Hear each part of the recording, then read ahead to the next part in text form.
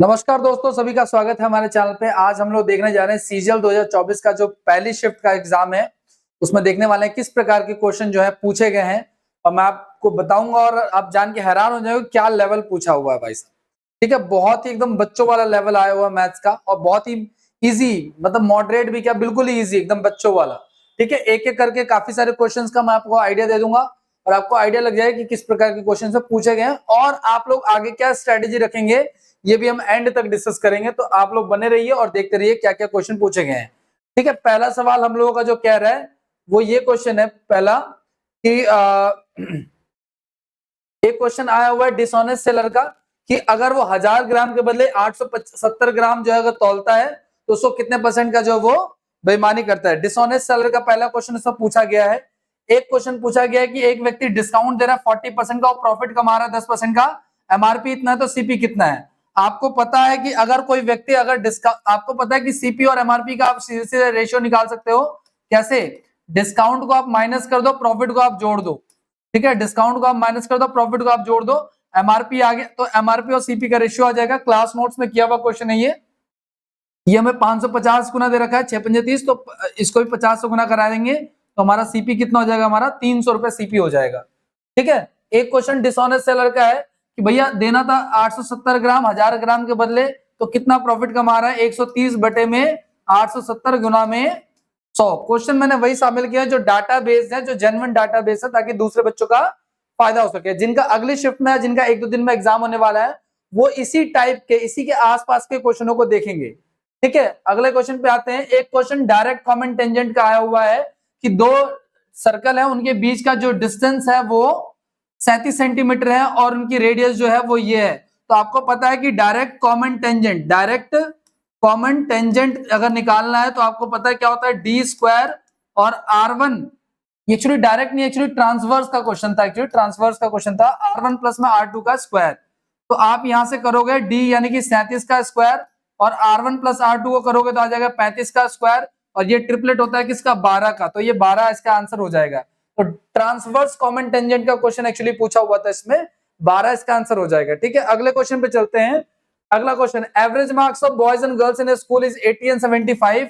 80 and 75 और पूरे class का एवरेज हमें दे रखा है कितना, 70। तो हमने इसको माइनस कर दिया और यहां से हमने अपने बॉयज और गर्ल्स का जो है वो रेशियो निकाल लिया, जो कि आ गया कितना हमारा 1:2।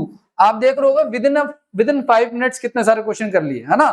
तो एग्जाम हॉल में तो और स्पीड होगी, आपने मॉक लगाए होंगे। ठीक है, अगला क्वेश्चन देखो आप लोग। एक क्वेश्चन ये पूछा हुआ बिल्कुल बच्चों वाला, ट्रिग्नोमेट्री का है, लेकिन ये बहुत ही आसान है। अगर कॉस कॉस में सेम एंगल का सम 90 डिग्री हो रहा है तो उसका आंसर क्या हो जाएगा, उसका आंसर हो जाएगा 1। तो ये क्वेश्चन भी ऑरली हो जाएगा, इसमें भी कुछ खास नहीं करना है। ठीक है, अगले क्वेश्चन की तरफ देखते हैं। अगला क्वेश्चन क्या कह रहा है, इक्विलेटरल ट्रायंगल की अगर दो साइड्स, ये क्वेश्चन देखो क्या बवाल पूछा हुआ है इन लोगों ने। कह रहा है इक्विलेटरल ट्रायंगल की अगर दो साइड 16-16 सेंटीमीटर है तो तीसरी साइड क्या होगी। दोस्तों आपको पता है कि इक्विलेटरल ट्रायंगल की तीनों साइड्स क्या होती हैं, बराबर होती हैं। और अगर इक्विलेटरल की तीनों साइड्स अगर बराबर होती हैं, ठीक है, तो तीसरी साइड भी क्या हो जाएगी, हमारी 16 हो जाएगी। मतलब इतना आसान कि आंखों पे आपको शायद भरोसा ना हो कि इतना आसान कैसे पूछ लिया। ठीक है, आगे बढ़ते हैं। नेक्स्ट, एक ये डाटा दे रखा टाइम एंड वर्क का कि P जो है Q से 21 गुना ज्यादा एफिशिएंट है। अगर Q किसी काम को 130 दिन में करता है तो P और Q कितने दिन में करेंगे। तो आपको पता है कि P और Q जो है वो इससे 21 गुना जो है वो एफिशिएंट है और Q 110 दिन में कर रहा है, तो ऊपर 110 आ जाएगा और 110 बटे में कितना, 22 ले लेंगे हम लोग। तो 11 कम 11, 11 दूनी 22, यानी कि उसका काम को कर लेगा कितने दिन में, P और Q मिलकर उस काम को कर लेंगे कितने दिन में, 5 दिन में उस काम को कर लेंगे। ठीक है, टाइम एंड वर्क का एक क्वेश्चन आपने देखा। अगला क्वेश्चन ये हमें दे रखा है, हमसे पूछा था कि भाई बताना है आपको कि क्या आएगा इस इक्वेशन का वैल्यू। तो आपको पता है कि ये जो लिखा हुआ है एक्स स्क्वायर माइनस में 9, तो 9 को हम क्या लिख सकते हैं, 3 का स्क्वायर, तो ये हो जाएगा एक्स प्लस 3। ऊपर वाले को हम एक बार प्लस में और एक बार माइनस में लिख सकते हैं। और आपको पता है नीचे लिखा हुआ एक्स माइनस एक्स प्लस 3, ये से कट गया, तो इस इक्वेशन का आंसर क्या होगा हमारा, एक्स माइनस में 3, ये सॉल्व हो जाएगा। इस प्रकार का एक इक्वेशन पूछा गया है एग्जाम में। अगले क्वेश्चन पे चलते हैं दोस्तों। एक क्वेश्चन दे रखा था कि सर्कल है, सर्कल के दो कॉर्ड्स जो हैं, एक कॉर्ड की लंबाई 24 सेंटीमीटर है और एक कॉर्ड की लंबाई जो है 10 सेंटीमीटर है और उनके बीच की दूरी 7 है। तो 24 है तो 12 हो जाएगा। ठीक है, और ये जो है हमारा, ये हमारा रेडियस हो जाएगा। ठीक है, ये हमारा 5 हो जाएगा।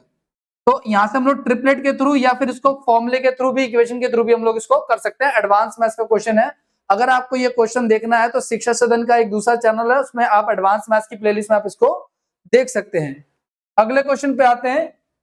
कोण से रिलेटेड एक क्वेश्चन था कि दो कोण है, दो कोण का वॉल्यूम का रेशियो आपको दे रखा है 3:5 और उनका रेडियस दे रखा है, आपको पता है रेडियस का स्क्वायर होता है, और आप इसकी क्रॉस मल्टीप्लाई करा दोगे तो उनकी हाइट का अनुपात आ जाएगा। तो ये अनुपात आ जाएगा बेसिकली कितना, 4 पंजे 20 और ये हो जाएगा हमारा 25 या 75। ठीक है, इनकी हाइट का अनुपात क्या आ जाएगा हमारा 20:75 आ जाएगा। अगले क्वेश्चन पे आते हैं। ये वैल्यू दे रखी है कि x + 1 में x अगर -2 है तो आपको बताना कि ये क्या होगा। तो आपको पता है कि दोस्तों इस स्थिति में x का मान -1 होता है। इस स्थिति में x का मान -1 होता है, तो -1 की पावर अगर ऑड है तो -1 ही आएगा, और इवन है तो +1 आएगा। तो इसका आंसर कट के क्या हो जाएगा हमारा, इसका आंसर हो जाएगा 0। अगले क्वेश्चन पे आते हैं। 5 रुपए दो, एक बैग में सिक्कों का क्वेश्चन आया हुआ था। एक बैग में 5 रुपए, 2 रुपए और 1 रुपए के 3 प्रकार के सिक्के हैं। कॉइन्स की संख्या 40 है, टोटल 100 सिक्के हैं। इसमें कुछ डाटा मिसिंग है जो बच्चों को याद नहीं था, इसकी वजह से क्वेश्चन नहीं करा रहा हूं मैं। ठीक है, अगले क्वेश्चन की तरफ आता है। बस आपको आइडिया लेना है, कॉइन्स वाला क्वेश्चन आपको रिवाइज कर लेना है, रेशियो के चैप्टर में है ये। तो ये सारे क्वेश्चन थे जो मैंने आपको कराए लगभग, ठीक है ना। मैंने आपको 15-20 क्वेश्चन का आइडिया दे दिया। एक क्वेश्चन और भी है जो सर्कल से रिलेटेड पूछा गया है, एक क्वेश्चन एवरेज का पूछा गया है, डीआई के कुछ क्वेश्चन है। तो ये सारा का सारा माहौल था, बहुत ही इजी पेपर पूछा जा रहा है। लेकिन अब ध्यान से सुनना है, जिनका शिफ्ट आने वाली है वो बच्चे जरा ध्यान से सुनने। पहली बात, आपको हमेशा जो, जैसे मान के चलो ये पहली शिफ्ट है तो दूसरी शिफ्ट वाले के बच्चों को हमेशा इसके आसपास के क्वेश्चनों को ही रिवाइज करना चाहिए, एक्स्ट्रा नया नया नहीं पढ़ना चाहिए। ठीक है, आजकल में जितने भी एग्जाम होंगे इनको आसपास के इक्विलेटरल का क्वेश्चन पूछा तो इक्विलेटरल की सारी प्रॉपर्टी आपको पता होनी चाहिए। ठीक है, इस प्रकार से करना चाहिए। और जिन बच्चों का अपकमिंग टाइम पे एग्जाम है, मैं उनको एक हिदायत देना चाहता हूँ, एक सलाह देना चाहता हूँ कि जिस समय पे आपका एग्जाम का टाइम है, सपोज करो आपका अगर दोपहर की शिफ्ट है, सेकंड शिफ्ट है, तो सेकंड शिफ्ट सपोज कीजिए अगर 11 बजे से शुरू हो रही है तो आपको 11 बजे ही अपना मॉक टेस्ट लगाना चाहिए, ताकि आपका ब्रेन जो है उसके अकॉर्डिंग अपने आप को तैयार कर सके। दोस्तों इतना ही था आज के लिए, बाकी मिलते हैं अब सेकंड शिफ्ट का या थर्ड शिफ्ट का रिव्यू देखेंगे, क्या आ रहा है क्या नहीं आ रहा है। तब तक के लिए नमस्कार, देखते रहिए, चैनल पर बने रहिए। अगर वीडियो पसंद आए तो वीडियो को लाइक जरूर कीजिए। Thank you so much.